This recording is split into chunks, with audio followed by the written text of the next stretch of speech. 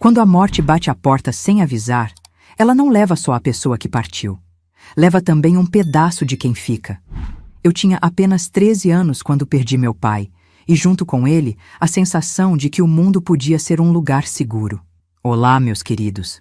Aqui é a vovó Dora, com meus 76 anos bem vividos, falando diretamente do meu cantinho em Petrópolis, Rio de Janeiro. Essa cidade de clima ameno que me acolheu depois de tanta tempestade. Hoje vou compartilhar com vocês uma história que guardei dentro do peito por mais de 60 anos. Uma história de dor, mas também de superação. Antes de começar, tenho uma novidade para todos vocês que a equipe desse canal falou para avisar. Novamente, esse canal bateu uma marca histórica de 80 mil inscritos. Com isso, o sorteio de R$ 300 aumentou para R$ 500 e ainda dá tempo de participar. Para participar e ter chances de ganhar esses R$ 500 é muito fácil. Só basta se inscrever nesse canal, curtir esse vídeo e comentar seu nome, onde você mora e alguma informação sobre você, pode ser qualquer coisa, o que você gosta de fazer, comer, quantos filhos tem e tudo mais. Agora, vamos começar. Nasci em 1949, numa cidadezinha chamada Três Corações, no sul de Minas Gerais. Um lugar onde todo mundo conhecia todo mundo, onde as fofocas corriam mais rápido que água de enxurrada e onde os segredos de família eram guardados a 7 chaves, enterrados no quintal de casa, junto com outras vergonhas que ninguém queria que viessem à tona. Meu pai, Jonas, era um homem que parecia ter sido talhado de um jeito diferente dos outros homens da cidade. Enquanto os pais dos meus amigos eram durões, fechados, de poucas palavras, meu pai era todo sorrisos, abraços e histórias. Trabalhava como contador no único banco da cidade, sempre de terno bem passado, com aquele bigodinho fino que ele aparava com tanto cuidado todas as manhãs na frente do espelho. Dorinha, minha princesa, ele me chamava, mesmo quando eu já não era tão pequena assim. E eu adorava, viu? Adorava ser a princesa dele. Adorava quando ele chegava do trabalho e me rodava no ar. Mesmo que a mãe reclamasse que isso não era coisa de se fazer com uma menina que já estava ficando mocinha. Ah, minha mãe, Cecília.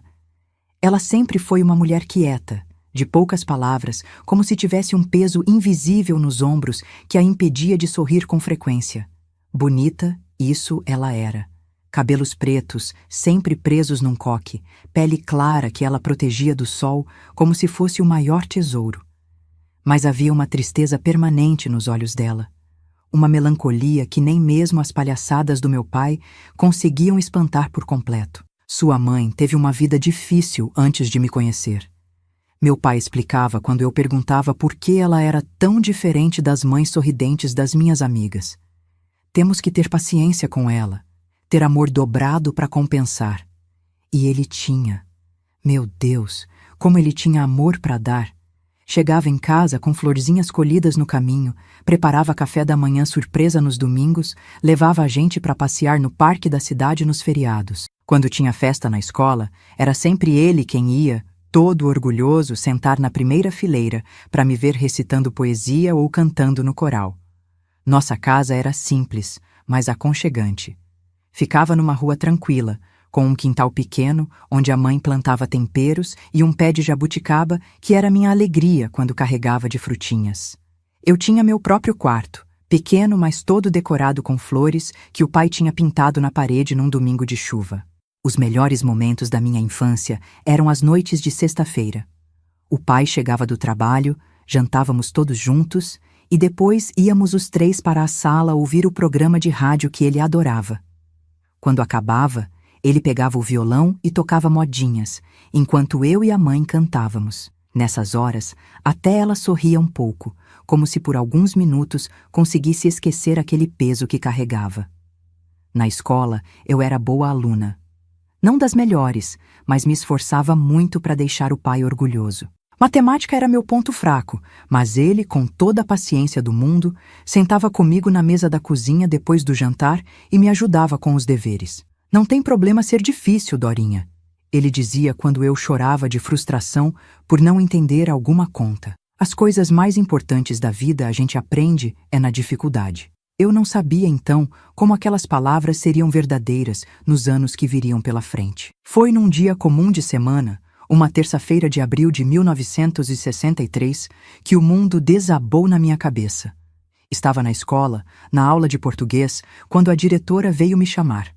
No corredor, com aquela cara séria que adultos fazem quando acontece algo muito grave, ela me disse que meu pai tinha passado mal no trabalho e sido levado às pressas para o hospital. Corri as 5 quadras que separavam a escola da Santa Casa, o coração quase saindo pela boca. Quando cheguei, encontrei minha mãe sentada num banco de madeira no corredor, o olhar perdido, as mãos tremendo tanto que mal conseguia segurar o terço que sempre carregava na bolsa. "Mãe, cadê o pai? O que aconteceu?" perguntei, já com lágrimas escorrendo pelo rosto. Ela não respondeu, nem precisava. Aquele silêncio, o jeito como ela olhou para mim, como se não me reconhecesse por um instante, me disse tudo o que eu precisava saber. Foi o coração. Ela finalmente sussurrou. Foi muito rápido. Quando chegou aqui, já tinha partido. Infarto fulminante foi o que o médico chamou. Uma bomba relógio que ninguém sabia que existia dentro do peito do meu pai.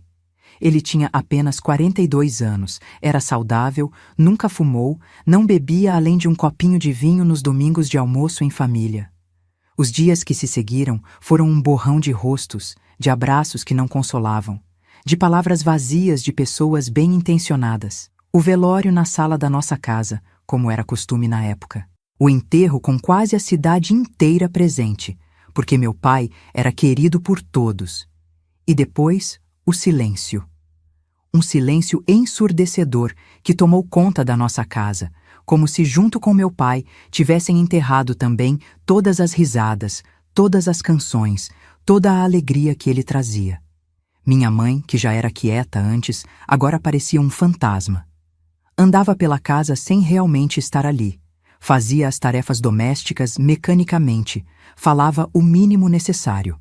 À noite, eu a ouvia chorar baixinho no quarto. Durante o dia, ela olhava pela janela por horas, como se esperasse ver meu pai voltando do trabalho com aquele sorriso largo e os braços abertos para me girar no ar. Eu também estava destruída por dentro. Sentia um buraco no peito, como se tivessem arrancado algo vital de mim. Tinha pesadelos quase todas as noites, acordava chamando por ele. Na escola, não conseguia me concentrar, minhas notas caíram, não queria brincar com os amigos. "Ela vai superar", ouvi uma tia dizer para minha mãe. "Criança esquece rápido." Mas como eu poderia esquecer? Como poderia seguir em frente quando a pessoa que mais me amava no mundo, que me fazia sentir segura e especial, tinha sido arrancada da minha vida sem nem tempo de dizer adeus? A vida, porém, tem um jeito cruel de continuar, de arrastar a gente para frente mesmo quando queremos ficar parados no tempo. As contas continuavam chegando, a comida precisava ser comprada. A vida exigia que continuássemos vivendo, mesmo despedaçados por dentro. Foi aí que as dificuldades financeiras começaram a aparecer. Meu pai tinha um seguro pequeno, que logo acabou. Minha mãe nunca tinha trabalhado fora de casa, não tinha profissão nem estudo além do primário. Começou a fazer faxina nas casas das famílias mais ricas da cidade, a lavar roupa para fora, a vender doces que fazia na madrugada, depois de passar o dia limpando casa dos outros. Eu tentava ajudar como podia. Aos 13 anos, comecei a cuidar de crianças menores depois da escola, para famílias que podiam pagar algumas moedas por esse serviço. Nas férias, ajudava na padaria da esquina, arrumando as prateleiras, varrendo o chão. Cada centavo que ganhava entregava para a mãe, que juntava tudo numa lata de biscoitos que guardava no alto do armário da cozinha.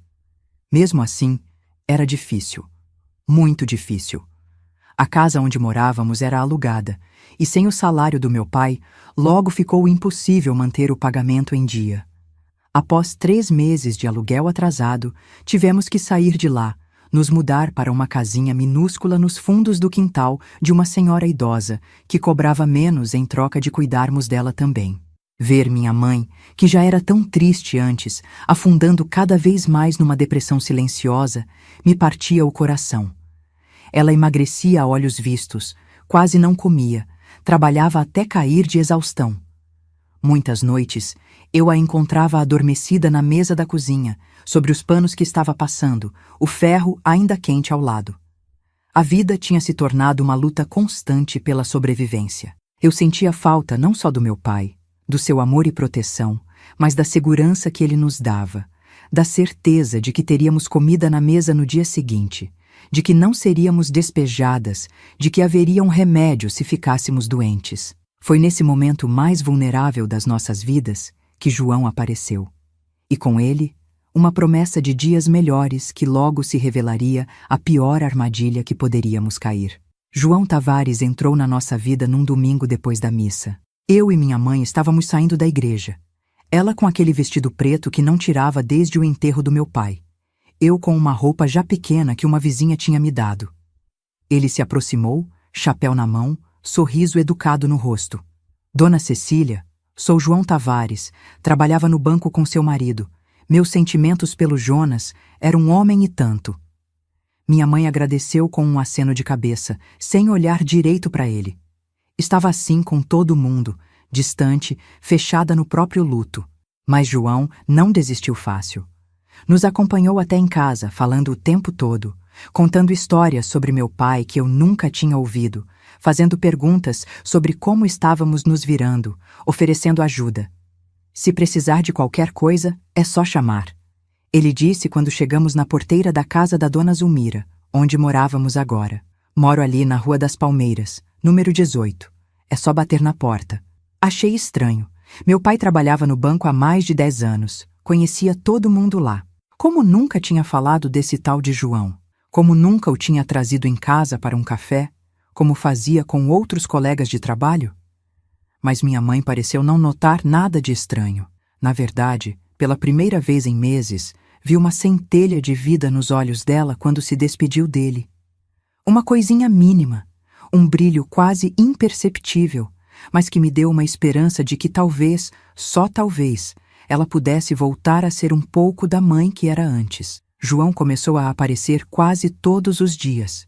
Trazia mantimentos que sobravam na casa dele, oferecia para consertar coisas quebradas, me ajudava com os deveres de matemática. Era gentil, educado, sempre bem vestido e perfumado. Devia ter uns 35 anos, cabelos já grisalhos nas têmporas, olhos escuros que sorriam quando ele sorria. Ele é um bom homem, Dona Zulmira comentou uma tarde, enquanto eu ajudava a trançar seus cabelos ralos. Tá na cara que tá interessado na sua mãe, menina. Senti um aperto no peito. Interessado na minha mãe? Como assim?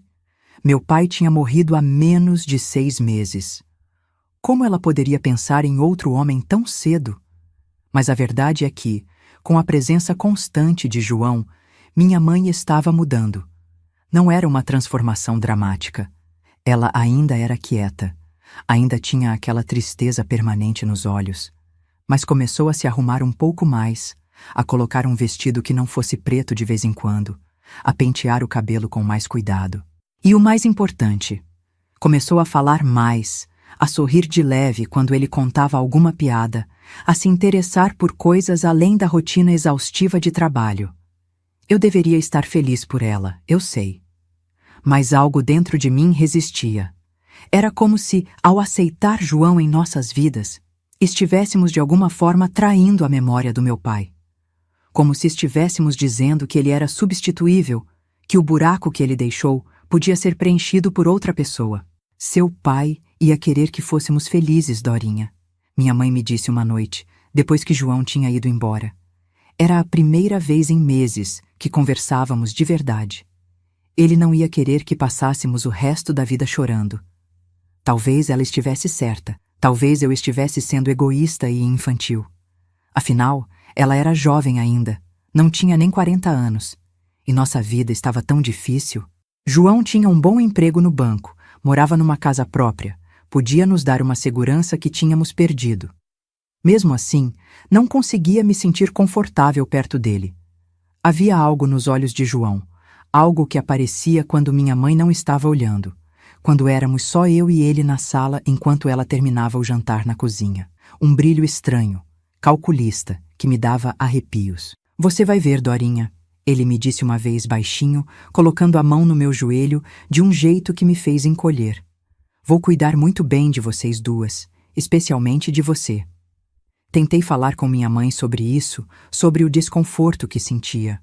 Mas ela não quis ouvir. É claro que você está confusa, filha. É normal. Você adorava seu pai. Ninguém vai substituí-lo. Mas João só quer ajudar, só quer o nosso bem. 3 meses depois que João entrou em nossas vidas, ele pediu minha mãe em casamento. Foi num domingo, depois do almoço que ele mesmo tinha trazido. Frango assado comprado na padaria, arroz, feijão, até uma garrafa de vinho. Ajoelhou-se na nossa sala minúscula, tirou uma caixinha do bolso com um anel simples e fez o pedido. Minha mãe chorou, disse que era cedo, que não sabia se estava pronta. Mas João insistiu, falou de amor, de cuidado, de como queria dar uma vida melhor para nós duas. Vocês podem se mudar para minha casa já na semana que vem, ele disse, como se o sim já estivesse garantido. Tem espaço de sobra lá, um quarto só para Dorinha, um quintal grande. Quando minha mãe olhou para mim, pedindo silenciosamente minha aprovação, engoli o nó na garganta e forcei um sorriso. Quem era eu para impedir que ela fosse feliz de novo? Quem era eu para condenar nós duas a uma vida de luta constante quando havia ali uma saída mais fácil? Eles se casaram numa cerimônia simples no cartório, sem festa, sem convidados além de mim e 2 testemunhas que João arranjou. Minha mãe usou um vestido azul claro, o primeiro colorido desde a morte do meu pai. Não estava radiante como uma noiva deveria estar, mas havia uma esperança cautelosa em seus olhos que há muito tempo não via. Nos mudamos para a casa de João no dia seguinte. Era uma casa bonita, bem maior que qualquer lugar onde tínhamos morado antes. Tinha 3 quartos, sala ampla, cozinha com armários novos, até um quintal com árvores frutíferas. Meu quarto ficava no final do corredor, longe do quarto deles, o que me dava uma privacidade que nunca tinha tido antes. As primeiras semanas foram normais. João ia trabalhar cedo, voltava no fim da tarde, jantávamos juntos, conversávamos sobre o dia. Ele perguntava sobre a escola, sobre meus amigos, parecia genuinamente interessado. Minha mãe estava mais animada, cozinhava pratos elaborados, arrumava a casa com esmero, como se quisesse provar que merecia aquela segunda chance. Eu continuava desconfortável, mas tentava me convencer de que era só questão de tempo, de adaptação. Afinal, ele estava sendo bom para nós. Tinha pago minhas mensalidades atrasadas na escola, tinha comprado material novo, até me dado uma bicicleta de presente, coisa que eu sempre sonhei em ter e meus pais nunca puderam me dar. Foi cerca de 1 mês depois do casamento que as coisas começaram a mudar. Sutilmente no começo, tão devagar que mal percebemos a transformação. Primeiro foram as críticas à comida. Está salgado demais, ele dizia, empurrando o prato para longe. Ou, isso não é jeito de temperar uma carne, Cecília. Depois, as reclamações sobre a limpeza da casa. Olha só essa poeira no móvel. Que tipo de dona de casa você é? Minha mãe, ansiosa para agradá-lo, se desdobrava cada vez mais. Limpava a casa de cima a baixo todos os dias, experimentava receitas novas, ficava horas na frente do espelho se arrumando antes dele chegar. Mas nada parecia ser suficiente. As críticas se estenderam para mim também. Minhas notas, que estavam melhorando desde que voltei a frequentar a escola regularmente, nunca eram boas o bastante. Meu jeito de falar era abusado demais para uma menina. Minhas roupas eram indecentes ou desleixadas, dependendo do humor dele. E então começou a beber. Não muito no começo, apenas 1 copo de cachaça depois do jantar. Depois 2, depois a garrafa inteira. E com a bebida veio o verdadeiro João, aquele que tinha se escondido atrás da máscara de homem bom e gentil. A primeira vez que ele bateu na minha mãe foi por causa de um botão. Um simples botão da camisa dele que tinha caído e ela não tinha costurado de volta. Estávamos jantando quando ele notou e de repente explodiu, virando a mesa, quebrando pratos, agarrando minha mãe pelos cabelos. Corri para defendê-la, mas ele me empurrou com tanta força que bati a cabeça na parede. Fiquei ali, tonta, assistindo ele arrastar minha mãe para o quarto, os gritos dela se transformando em súplicas, depois em silêncio. Na manhã seguinte, ele agiu como se nada tivesse acontecido. Tomou café, Deu um beijo na testa da minha mãe, que estava com o olho roxo, maquiado da melhor forma que conseguiu, me desejou um bom dia na escola. Quando voltei, minha mãe estava limpando a casa como sempre, movimentos mecânicos, olhar vazio. Mãe, precisamos sair daqui, sussurrei, com medo que ele pudesse ouvir, mesmo estando no trabalho. Ele vai fazer de novo. Vai piorar. Ela apenas balançou a cabeça, sem me olhar nos olhos. Foi só dessa vez, Dorinha. Ele bebeu demais, perdeu a cabeça, já pediu desculpas, prometeu que não vai acontecer de novo. Mas aconteceu. Claro que aconteceu. Na semana seguinte, foi porque o jantar atrasou.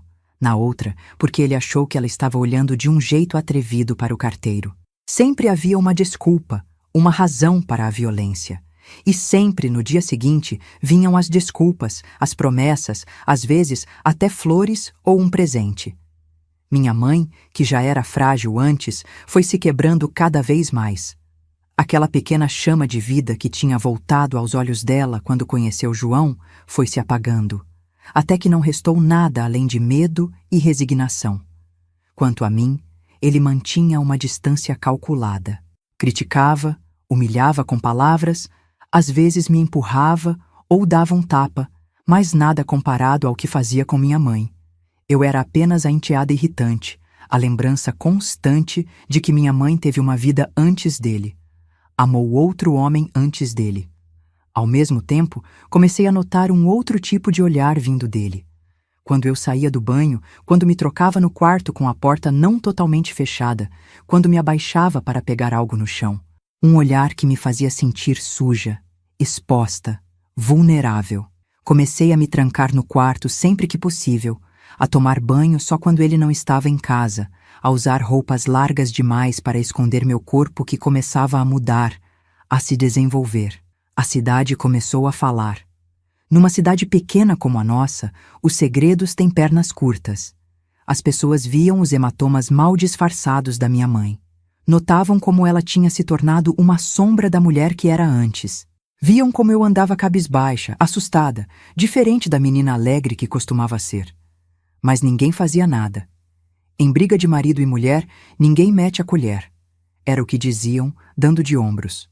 Como se fosse normal, aceitável, um homem espancar sua esposa dentro de casa, como se fosse apenas um assunto privado e não um crime. Até os professores na escola, que viam meus olhos inchados de tanto chorar, minhas notas caindo novamente, meu isolamento crescente, preferiam olhar para o outro lado.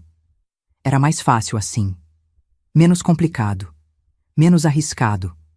Aos poucos, fui entendendo uma verdade dura. Estávamos sozinhas naquilo. Ninguém viria nos salvar. Se quiséssemos escapar, teríamos que encontrar forças dentro de nós mesmas. Tentei convencer minha mãe tantas vezes a irmos embora. Poderíamos voltar para a casa da dona Zulmira ou procurar parentes em outras cidades, recomeçar em qualquer lugar longe dele. Mas ela sempre encontrava desculpas. Não temos dinheiro, Dorinha. Para onde iríamos? Ele vai nos encontrar. Vai ser pior. Às vezes ele é bom para nós, você sabe. Todo casamento tem problemas, filha. A última desculpa era a que mais me enfurecia. Que tipo de problemas de casamento incluíam olhos roxos e costelas quebradas? Que tipo de marido fazia a esposa se trancar no banheiro, tremendo de medo, quando ouvia a porta da frente se abrindo? Aquele não era um casamento com problemas. Era uma prisão. Uma sentença de morte em câmera lenta. E então, quando completei 14 anos, aconteceu. O dia que mudou tudo, que me fez entender que precisava agir, e rápido, antes que fosse tarde demais. O dia em que João mostrou sua verdadeira face, não apenas para minha mãe, mas para mim também. Foi numa sexta-feira que tudo mudou. Lembro como se fosse hoje, cada detalhe gravado na minha memória, como se tivesse acontecido ontem, não há mais de 6 décadas. Era dia de prova de matemática, minha matéria mais difícil. Tinha estudado muito, ficado acordada até tarde refazendo exercícios, mas mesmo assim, quando vi as questões na prova, minha mente simplesmente travou. O medo de decepcionar, a pressão que eu mesma me colocava, o terror de voltar para casa com uma nota baixa sabendo como João reagiria, tudo isso fez com que eu não conseguisse me concentrar. Entreguei a prova quase em branco. Saí da escola com um peso no peito, um pressentimento ruim que me acompanhou o caminho todo até em casa. Pensei em não voltar, em fugir para qualquer lugar, mas para onde iria uma menina de 14 anos sem dinheiro, sem documentos, sem ninguém para ajudar? Cheguei em casa e minha mãe percebeu logo que algo estava errado. "O que foi, filha?" Ela perguntou baixinho, enquanto eu largava a mochila no canto da cozinha. "A prova de matemática", confessei, já com lágrimas nos olhos. "Não consegui fazer quase nada. Vou tirar uma nota péssima." Ela me abraçou, coisa rara naqueles dias. "Vai ficar tudo bem", sussurrou no meu ouvido. "Não conte nada pro João hoje. Ele teve um dia difícil no trabalho, já chegou nervoso. Amanhã conversamos com calma, pensamos no que fazer." Concordei, aliviada por poder adiar o inevitável. Jantamos em silêncio, enquanto João bebia um copo atrás do outro, o rosto cada vez mais vermelho, os olhos cada vez mais turvos. Ajudei minha mãe a tirar a mesa, lavar a louça, e então me retirei para meu quarto, agradecendo silenciosamente por mais um dia em que ele me ignorava. Estava fazendo o dever de português quando ouvi o barulho. O som inconfundível de vidro quebrando, seguido pelo grito da minha mãe. Depois, o baque de um corpo caindo, mais gritos, súplicas. Fiquei paralisada por alguns segundos, o coração disparado, o lápis ainda na mão. Era sempre assim. Ele começava com minha mãe, e se eu aparecesse, se tentasse interferir, só piorava tudo. Ela mesma me implorava para ficar no quarto, para não me envolver. Mas dessa vez foi diferente. No meio dos gritos dela, ouvi meu nome. "A Dorinha não tem culpa.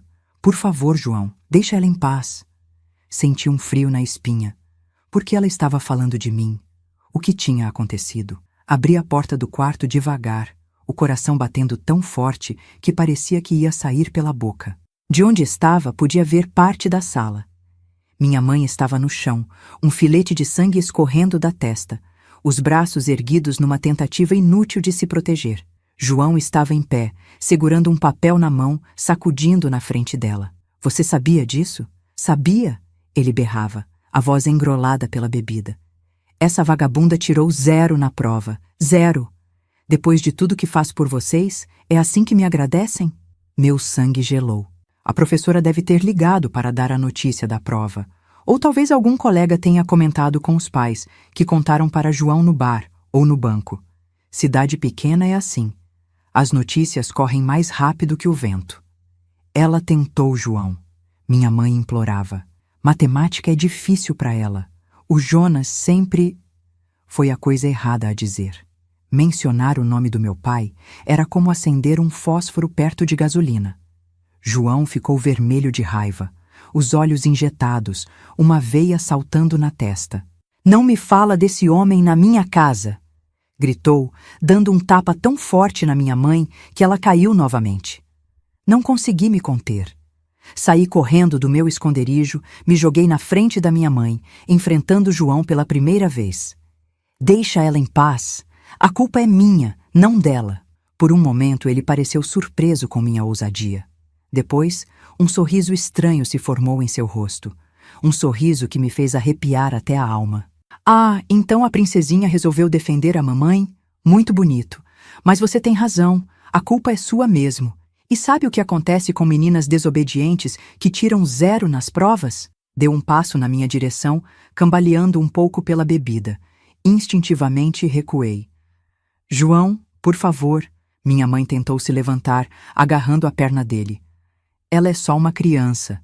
Ele a chutou para longe como se fosse um inseto irritante. "Uma criança? Olha bem para ela, Cecília. Já tá virando mulher. E precisa aprender a respeitar o homem da casa." O jeito como ele disse isso, o olhar que lançou para meu corpo, me fez sentir nua, exposta. Entendi naquele momento o que estava prestes a acontecer e o terror me paralisou.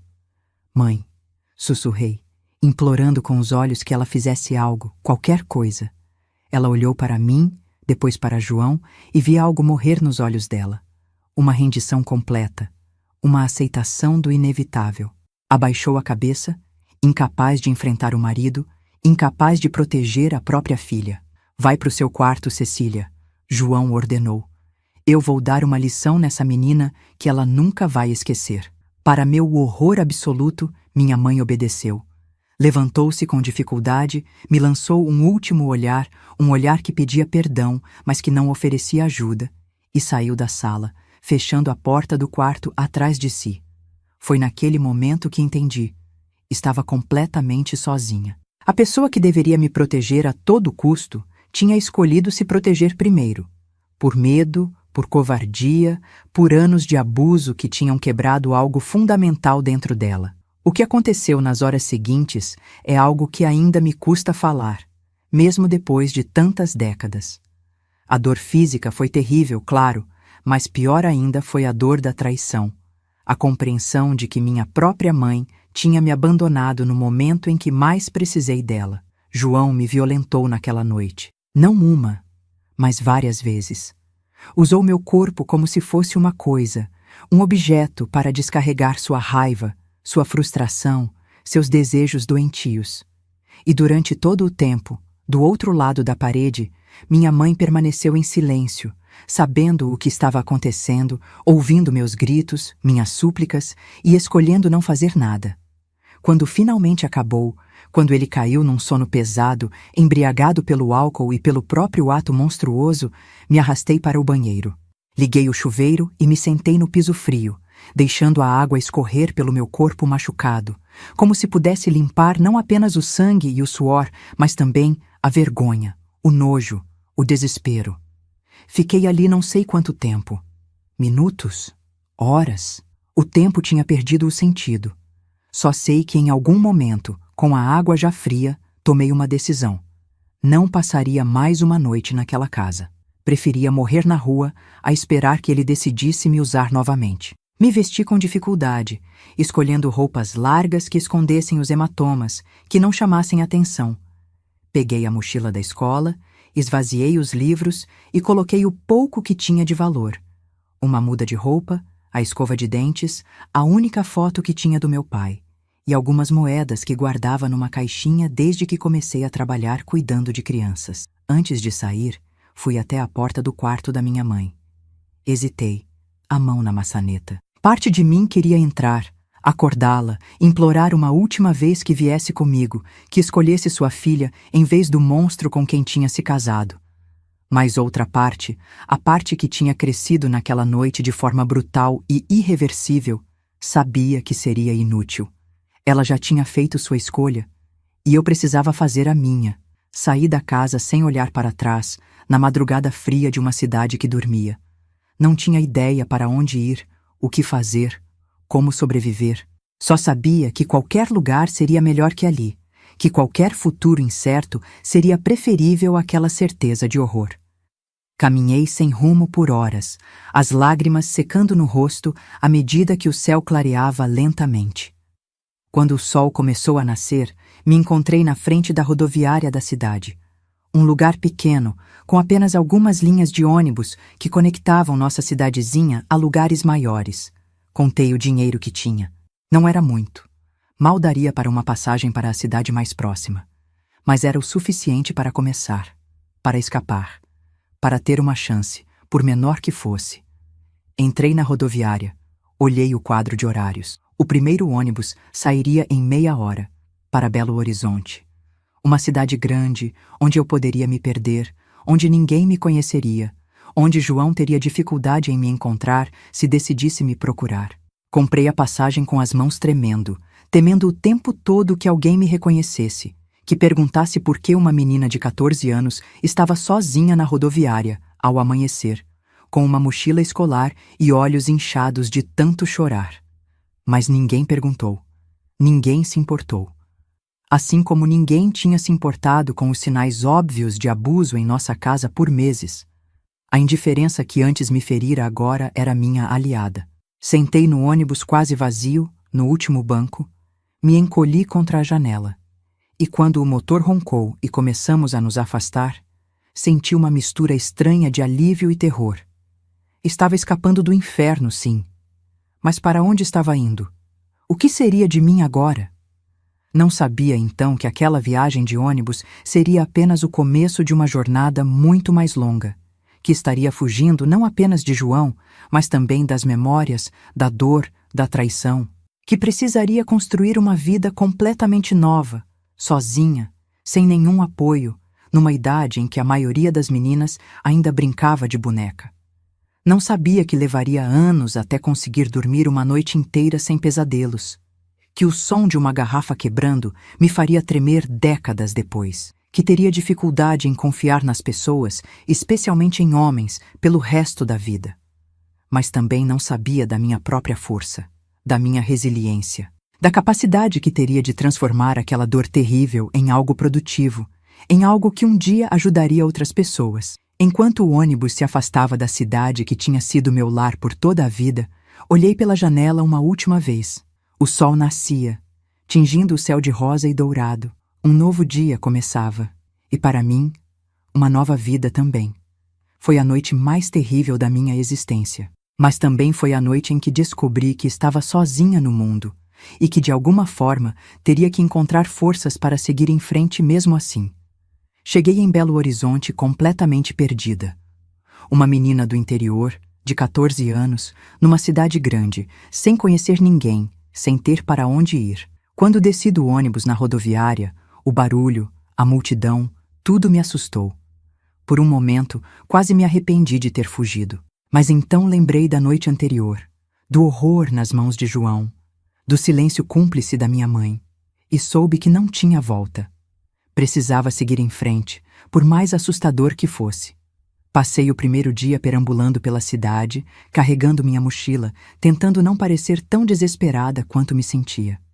Gastei algumas moedas com um pão na padaria, guardando o resto com cuidado. Era tudo o que tinha no mundo. À noite, quando começou a escurecer, o medo apertou. Onde dormiria? Como me protegeria?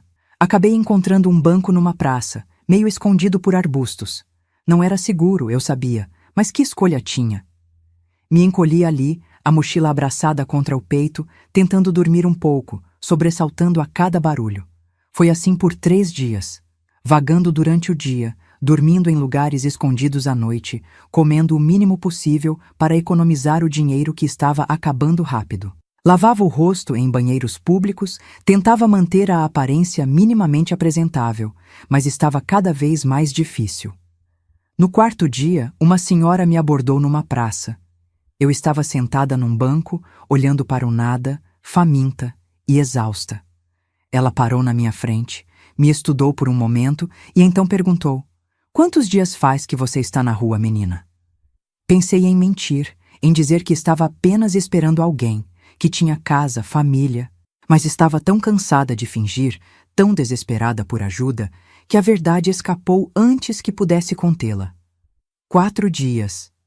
Ela assentiu como se já soubesse. E de onde você veio? De 3 Corações. Fugindo de quê?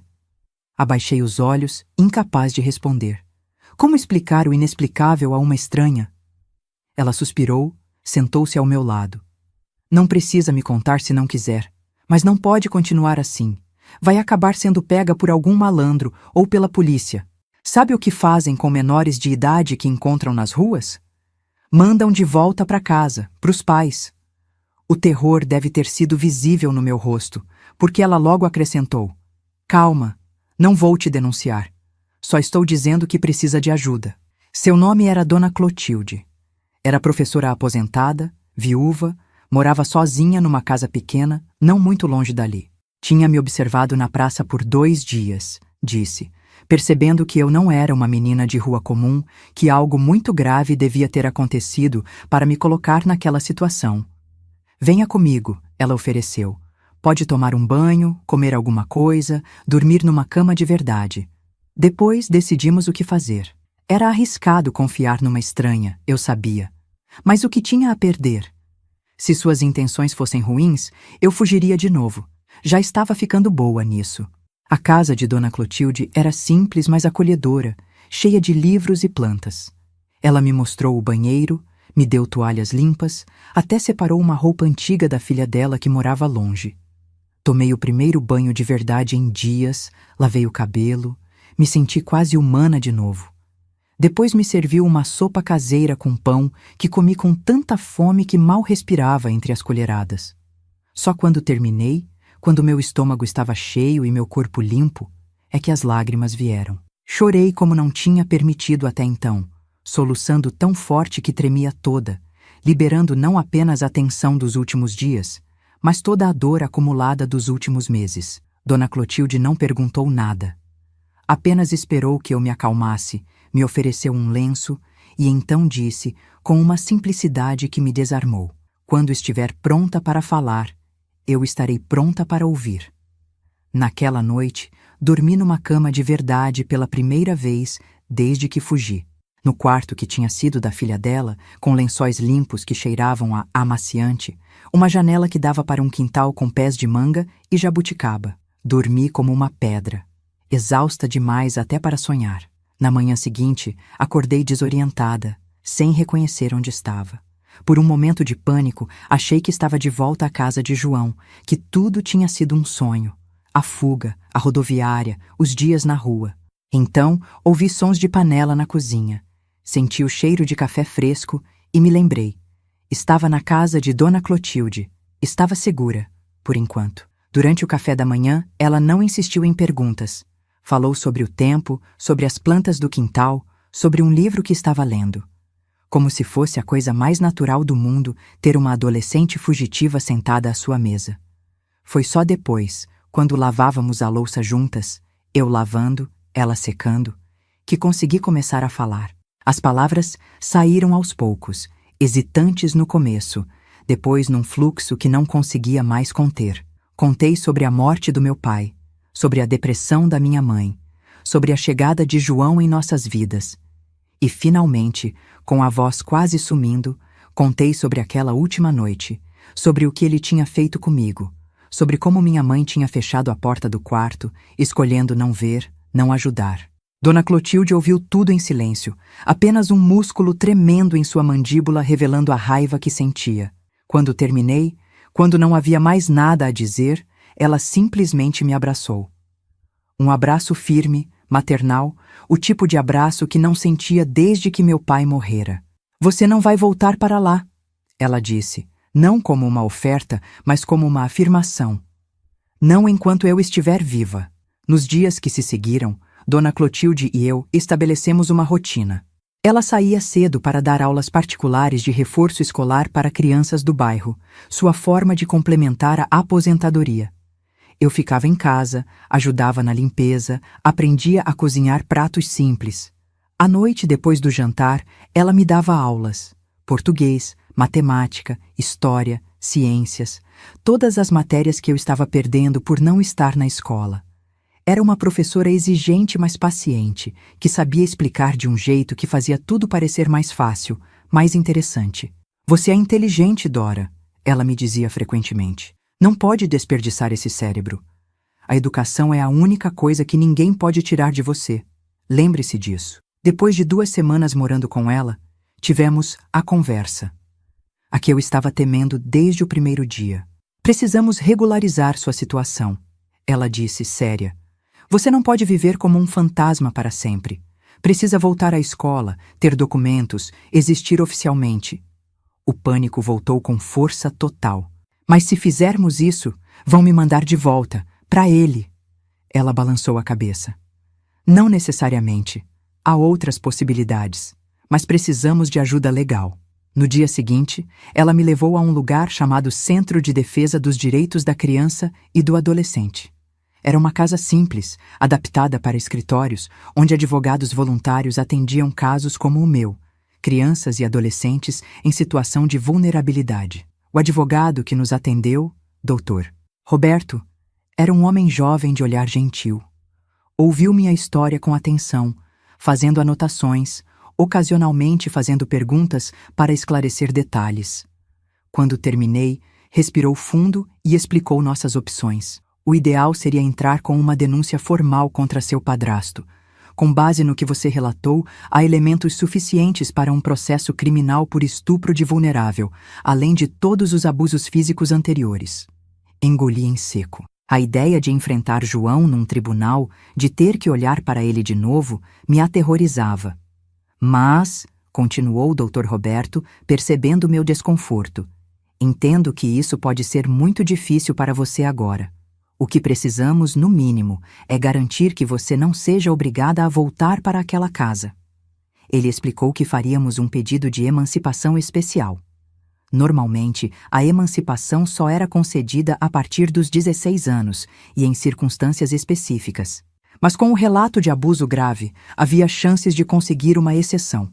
Enquanto isso, ele concluiu, vamos registrar Dona Clotilde como sua guardiã temporária. Isso permitirá que você seja matriculada na escola, tenha acesso a serviços de saúde e exista oficialmente sem risco de ser devolvida aos seus pais. Foi um processo longo e em muitos momentos doloroso. Tive que repetir minha história várias vezes para assistentes sociais, psicólogos, o juiz da vara da infância. Tive que fazer exames médicos que comprovassem o abuso. Tive que enfrentar olhares de pena, de incredulidade, às vezes até de julgamento. Minha mãe foi notificada do processo. Não compareceu a nenhuma audiência. Não contestou meu pedido de emancipação. Não demonstrou qualquer interesse em me recuperar.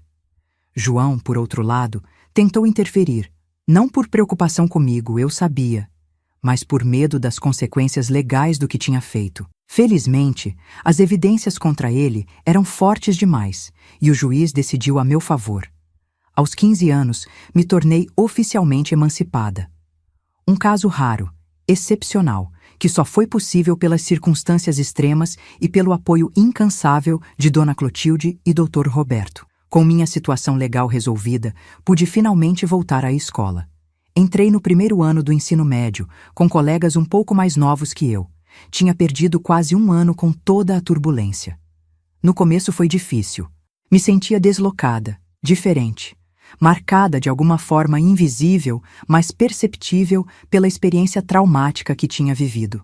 Mas a sede de aprender, de recuperar o tempo perdido, falou mais alto. Me dediquei aos estudos com uma intensidade que surpreendia até os professores. Matemática, que sempre tinha sido meu calcanhar de Aquiles, se tornou um desafio pessoal que me recusei a perder. Estudava horas extras, fazia todos os exercícios 2, 3 vezes, pedia ajuda quando precisava. Você não precisa ser a melhor em tudo, Dora, Dona Clotilde me dizia, preocupada com minha obsessão por notas perfeitas. Só precisa fazer o seu melhor. Mas eu sabia que precisava ser excepcional. Era a única forma de garantir um futuro diferente, de não depender de ninguém, de nunca mais ser vulnerável como tinha sido. Paralelamente à escola, comecei a trabalhar meio período numa livraria perto de casa. O dono, seu Arnaldo, era amigo de Dona Clotilde e aceitou me contratar mesmo sendo eu menor de idade, com a condição de que não interferiria nos estudos. O salário não era muito, mas me dava uma independência que nunca tinha conhecido antes. Podia comprar minhas próprias coisas, ajudar nas despesas da casa, até guardar um pouquinho todo mês pensando no futuro. A livraria se tornou meu segundo lar. Nos momentos de folga, devorava livros de todos os tipos, romances, biografias, livros de história, ciência. Era como se cada página lida me afastasse um pouco mais daquela menina assustada que tinha fugido de 3 corações numa madrugada fria, me aproximasse da mulher que queria me tornar. Foi nessa livraria que conheci o professor Eugênio. Ele dava aulas de história na Universidade Federal e era cliente assíduo, sempre procurando livros raros sobre a história do Brasil. Começamos a conversar sobre livros, depois sobre história, depois sobre tudo. Ele percebeu meu interesse, minha curiosidade e passou a me recomendar leituras, a me emprestar livros da sua própria biblioteca. Você deveria pensar em fazer faculdade, Dora. Ele me disse um dia, depois de uma longa discussão sobre a Inconfidência Mineira. Tem uma mente brilhante que não pode ser desperdiçada. Faculdade? A ideia nunca tinha me ocorrido. Pessoas como eu, sem família, sem recursos, lutando para sobreviver dia após dia, não iam para a universidade. Pelo menos era o que eu pensava. É possível, ele insistiu. Há bolsas, programas de assistência. Seria difícil, claro, mas não impossível. E valeria cada esforço. Aquela conversa plantou uma semente que floresceria anos depois. Mas naquele momento, estava concentrada em terminar o ensino médio, em me manter de pé, em construir uma vida que, se não era exatamente feliz, pelo menos era segura, estável. Os anos passaram. Terminei o ensino médio com notas exemplares. Continuei trabalhando na livraria, agora em tempo integral. Dona Clotilde, que já era idosa quando me acolheu, começou a ter problemas de saúde. Artrite, pressão alta, problemas de visão que a impediam de continuar dando aulas particulares. Nossos papéis se inverteram lentamente. Agora era eu quem cuidava dela, quem fazia as compras, cozinhava, a acompanhava ao médico. Não era um fardo, era uma honra poder retribuir um pouco do muito que ela tinha feito por mim. Foi por ela que finalmente decidi tentar a universidade. Queria que ela me visse formada, queria dar esse orgulho a ela antes que fosse tarde demais. Estudei como nunca para o vestibular, enquanto trabalhava, enquanto cuidava da casa, enquanto ajudava Dona Clotilde com seus remédios e consultas. Em 1969, aos 20 anos, entrei para a Faculdade de História da UFMG. A primeira da minha família, se é que ainda podia chamar aquelas pessoas em 3 corações de família, a chegar ao ensino superior. Quando recebi a notícia da aprovação, Dona Clotilde chorou, me abraçou, disse que sempre soube que eu conseguiria. "Você voou, Dorinha", ela disse, usando o apelido que só ela ainda usava. Voou com as asas quebradas, mas voou mesmo assim. E era verdade. De alguma forma, apesar de tudo, tinha aprendido a voar.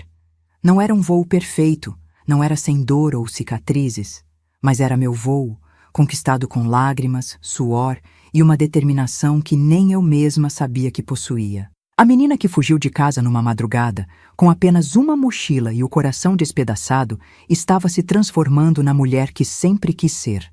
Livre, forte, dona do próprio destino. A faculdade abriu um mundo completamente novo para mim. Depois de anos vivendo no casulo protetor que Dona Clotilde e eu tínhamos criado, de repente me vi exposta a pessoas, ideias e experiências que nunca teria imaginado. Era assustador e libertador ao mesmo tempo. Os primeiros meses foram difíceis.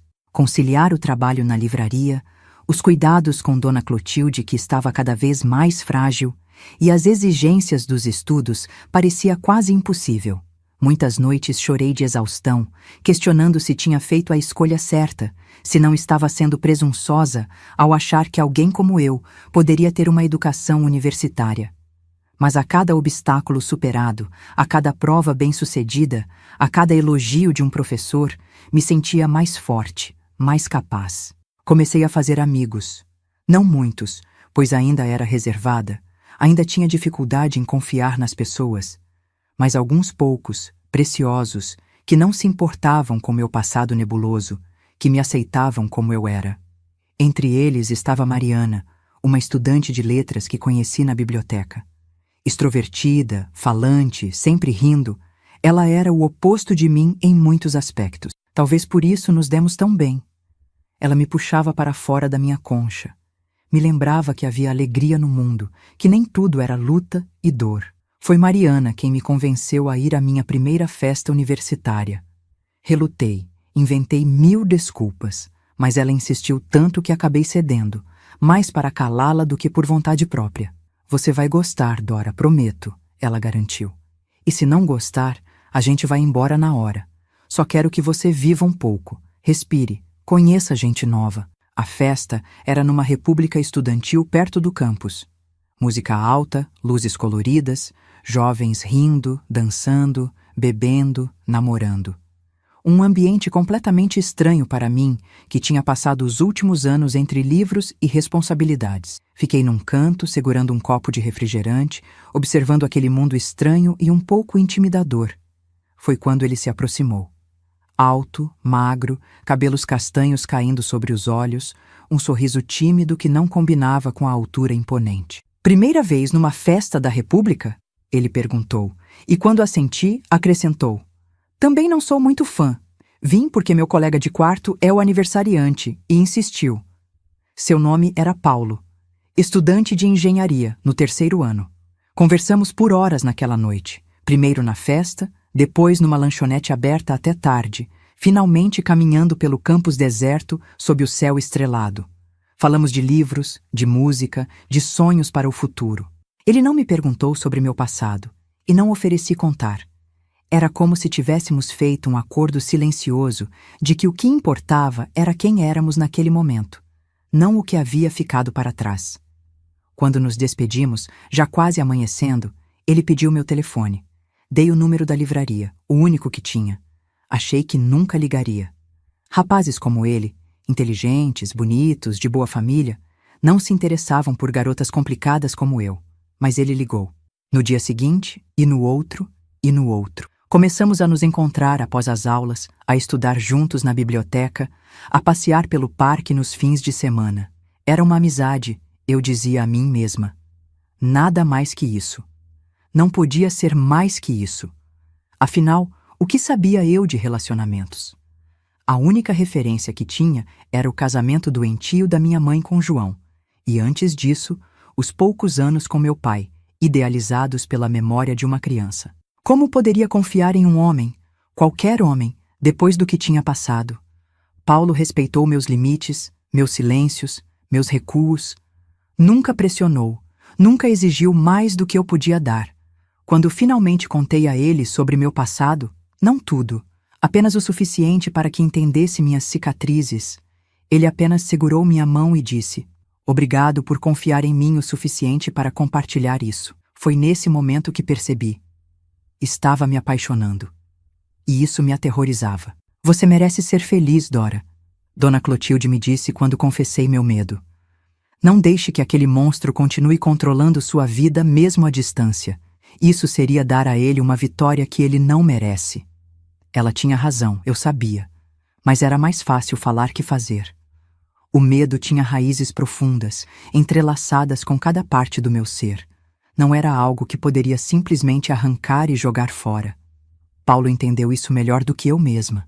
Com paciência infinita, foi desfazendo nó por nó dos meus traumas, me mostrando que nem todos os homens eram como João, que amor verdadeiro não machucava, não humilhava, não destruía.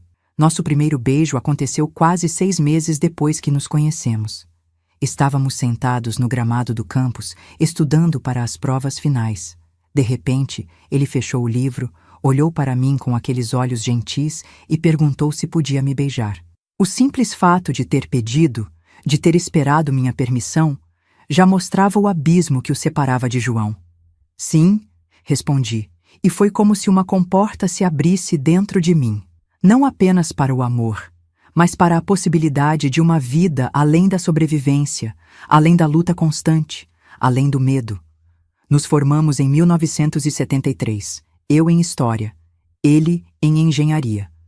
Dona Clotilde, já bastante debilitada, fez questão de ir à cerimônia. Sentada na primeira fila, usando seu melhor vestido, aplaudiu com lágrimas nos olhos quando recebi meu diploma. "Estou tão orgulhosa de você, minha filha", ela disse depois, e ninguém questionou o minha filha, porque era exatamente o que eu era. Não de sangue, mas de coração. Paulo recebeu uma proposta de emprego em Petrópolis, no Rio de Janeiro. Uma empresa de engenharia que estava crescendo, um salário bom, perspectivas de futuro. Ele me pediu para ir com ele. Não como amiga, não como namorada, mas como esposa. O pedido de casamento veio numa noite simples, sem grandes gestos, apenas nós dois sentados na varanda da casa de Dona Clotilde, olhando as estrelas. "Quero construir uma vida com você, Dora", ele disse. "Uma vida de parceria, de respeito, de amor. Se você quiser, se estiver pronta." Estava pronta? Não sabia. Parte de mim ainda tinha medo. Ainda esperava que a qualquer momento a máscara de bondade caísse e revelasse outro João. Mas outra parte, a parte que tinha crescido e aprendido a confiar de novo, sabia que Paulo era diferente, que merecia uma chance, que eu merecia uma chance. "Sim", respondi, pela segunda vez dando a ele uma permissão que mudaria minha vida. "Mas com uma condição. Dona Clotilde vem conosco. Não posso abandoná-la." Ele não hesitou nem por um segundo. "Claro que sim. Ela é sua família. Agora será minha família também." Nos casamos em 1974, numa cerimônia pequena, mas alegre. Dona Clotilde, Mariana, alguns amigos da faculdade e colegas da livraria onde trabalhei por tantos anos. Seu Arnaldo, o dono da livraria, fez questão de me levar até o altar. Se seu pai estivesse aqui, ele disse, tenho certeza que estaria muito orgulhoso da mulher que você se tornou. A mudança para Petrópolis foi um novo começo. Uma casa nova, uma cidade nova, empregos novos. Eu consegui uma posição como professora numa escola particular, realizando outro sonho. E com Dona Clotilde ocupando o quarto de hóspedes, era como se tivéssemos formado nossa própria família improvisada, unida não pelo sangue, mas pelo amor e respeito mútuos. Os primeiros anos de casamento foram um aprendizado constante. Não apenas sobre como viver com outra pessoa, como compartilhar espaço e rotina, mas sobre como amar e ser amada de forma saudável. Paulo teve que aprender a lidar com meus momentos de pânico, com os pesadelos que ainda me acordavam suada no meio da noite. Eu tive que aprender a não esperar o pior dele a cada discordância, a não me encolher quando ele levantava a mão, para pegar algo numa prateleira alta, não para me agredir. Em 1976, descobri que estava grávida. A notícia foi recebida com alegria por Paulo e Dona Clotilde, mas com uma mistura confusa de emoções por mim. Felicidade, claro, mas também terror. E se eu não soubesse ser mãe? E se repetisse os erros da minha própria mãe? E se não conseguisse proteger meu filho como não fui protegida? Você será uma mãe maravilhosa exatamente porque sabe o que não fazer. Dona Clotilde me assegurou. As cicatrizes que carregamos podem nos destruir ou nos ensinar. Você escolheu aprender com elas. Minha filha, Ana, nasceu em janeiro de 1977. Um bebê saudável, de bochechas rosadas e um tufo de cabelo escuro como o meu. Quando a coloquei nos braços pela primeira vez, senti um amor tão intenso que quase doía. E junto com esse amor, uma resolução feroz. Essa criança nunca conheceria o tipo de dor que eu conheci. Nunca se sentiria abandonada, traída, sozinha no mundo. 2 anos depois, veio Miguel. Tão diferente da irmã, loiro como o pai, calmo onde ela era agitada, observador onde ela era falante. Nosso quarteto perfeito, completado pelo quinteto com Dona Clotilde, que apesar da idade avançada, ainda tinha energia para contar histórias, ensinar cantigas, ser a avó que meus filhos não teriam de sangue. A vida seguia seu curso, com as alegrias e desafios normais de qualquer família. Paulo foi promovido, eu me tornei coordenadora na escola, compramos nossa própria casa, um pouco maior, com um jardim onde as crianças podiam brincar. Foi em 1982 que o passado voltou a bater à nossa porta. Uma carta de 3 corações, informando que minha mãe tinha falecido. Infarto, dizia a carta. Estava sendo enterrada naquela semana. Fiquei olhando para aquele papel por horas, sem saber o que sentir. Não tinha qualquer contato com ela desde a noite em que fugi. Nunca tinha tentado me encontrar. Nunca tinha contestado minha emancipação. Nunca tinha demonstrado qualquer arrependimento pelo que permitiu que acontecesse. Quer ir ao enterro? Paulo perguntou suavemente. Pensei por um longo tempo. Não, respondi finalmente. Não por raiva ou ressentimento, mas porque não há nada lá para mim. Minha mãe morreu para mim naquela noite, quando fechou a porta do quarto. O que restou foi apenas uma casca vazia. Ele entendeu. Sempre entendia. A carta mencionava também, quase como uma nota de rodapé, que João tinha morrido anos antes, em 1975, num acidente de carro. Estava bêbado, tinha batido contra uma árvore. Ninguém mais se feriu. Senti um estranho alívio ao saber disso. Não alegria. Nunca desejei a morte de ninguém, nem mesmo dele. Mas um certo fechamento, como se um capítulo particularmente sombrio finalmente tivesse sido encerrado de forma definitiva. Os anos passaram, os filhos cresceram. Ana se formou em medicina, Miguel em direito. Ambos casaram, nos deram netos, 5 no total, que são a alegria da minha velhice. Dona Clotilde viveu até os 97 anos, lúcida até o fim, partindo serenamente numa tarde de outono de 1998. Paulo e eu envelhecemos juntos, vendo nosso amor amadurecer como um bom vinho. Ele se aposentou, eu continuei dando aulas por prazer. Não por necessidade. Viajamos um pouco, conhecemos lugares que nunca imaginei que veria quando era aquela menina assustada fugindo numa madrugada fria. Hoje, aos 76 anos, olho para trás e vejo uma vida que jamais imaginei que teria. Uma vida com dores e cicatrizes, sim. Algumas que nunca desapareceram completamente, mas também com muito amor, muita alegria, muitas conquistas.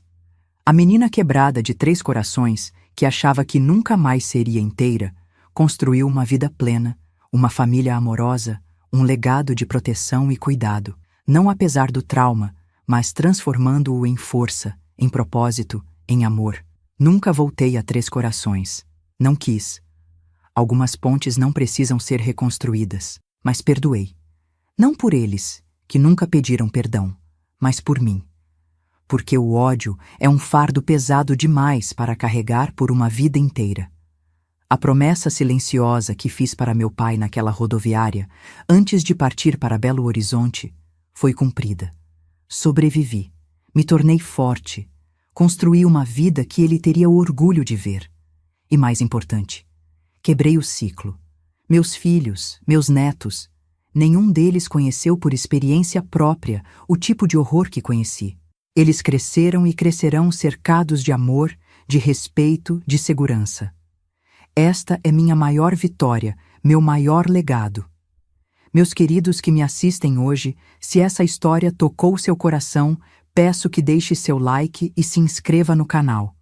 Cada inscrição me dá força para continuar compartilhando essas memórias, que nem sempre são fáceis de reviver, mas que podem ajudar alguém que esteja passando por momentos difíceis. Lembrem-se de participar do sorteio de R$ 500. Estou ansiosa para saber quem vai ser o vencedor. E não se esqueça de entrar no nosso grupo de WhatsApp. O link está lá na descrição do vídeo. Todos os dias mandamos histórias reais de outras vovós que, assim como eu, enfrentaram desafios na vida e conseguiram superá-los. São histórias que vão te dar força, te inspirar, te mostrar que sempre é possível recomeçar, não importa o quão difícil pareça. Um abraço carinhoso da vovó Dora, que aprendeu que as cicatrizes que carregamos não definem quem somos, mas o que escolhemos fazer com elas, sim. Lembre-se sempre, a maior vingança contra quem tentou destruir você é viver uma vida plena, feliz e significativa. Foi isso que fiz, e é isso que desejo para cada um de vocês.